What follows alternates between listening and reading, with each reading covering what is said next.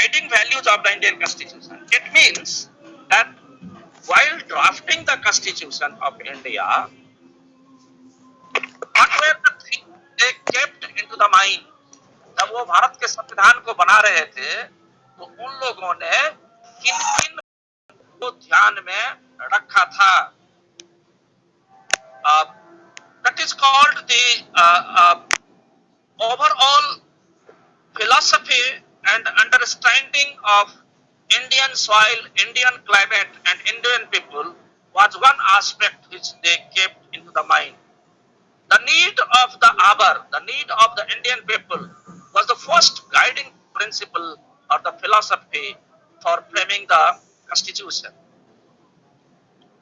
At the same time, the guiding principles they have mentioned in the preamble of the Indian Constitution.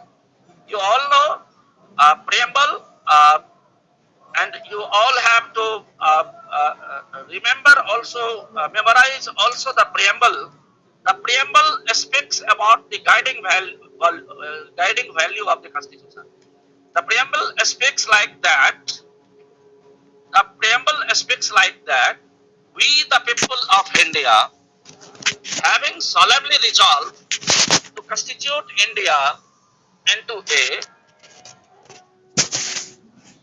democratic, sovereign republic. There are only three words which were mentioned initially on 26 January 1950 when the Constitution was adopted. Later on, under 42nd Amendment of the Indian Constitution in 1976, two more points were added. Those were the secularism and socialism. So these are the five guiding principles of the Indian Constitution. That is, the Constitution which is adopted by the Indian people have to ensure that India is a democratic, republic, sovereign, secular and socialist country. In addition to that, liberty, equality, fraternity and freedom. These are another words which is also mentioned in the preamble of the Constitution. So these are the guiding principles of the Constitution, and the Constitution directs the government to lead the country on the path of achieving these goals, this guiding principle. One more thing I would like to mention here, that Mahatma Gandhi was not a member of the Constituent Assembly. You remember these things. Competitive examination में question आता है. Mahatma Gandhi was not a member of the Constituent Assembly. But many members of the Constituent Assembly followed the ideals of Mahatma Gandhi while drafting the Constitution. In 1931, in one of the magazine of Mahatma Gandhi, Young India, he mentioned that once India will be independent, what type of constitution India should have. So, whatever the ideas of Mahatma Gandhi was there about constitution in Young India magazine of 1931, those were also imbibed in the constitution.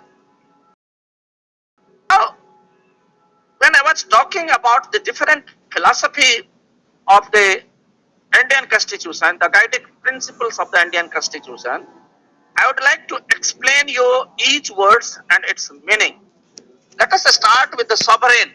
What is the meaning of sovereign?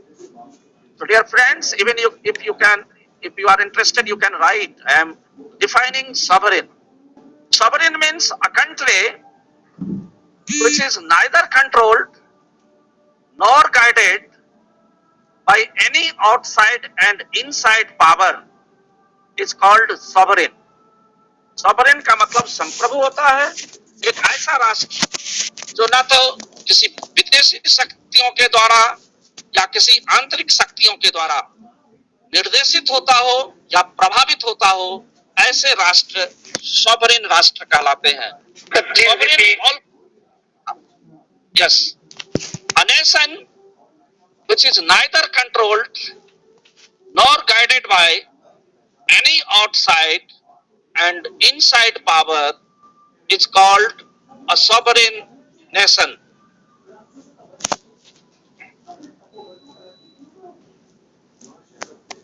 In another words, in simple words, we can also explain sovereign that in a sovereign country, people are supreme. People have the supreme right to make decision both on internal as well as on external matters.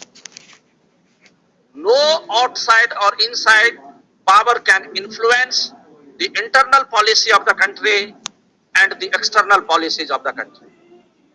Now come to another word, that is socialist, which was mentioned in the preamble of our constitution under 42nd amendment in 1976. Socialist means the government should regulate the ownership of land and industry to reduce socio-economic inequalities. In simpler words, we can say that in a socialist country, everything is controlled by the government. All activities are controlled by the government, especially the economic activities are controlled by the government. What to produce, where to produce, what will be the price of the produce, where it will be sold, everything will be decided by the government. The private players have no role to play in the economic activities in a socialist country. So India adopted it very late in 1976.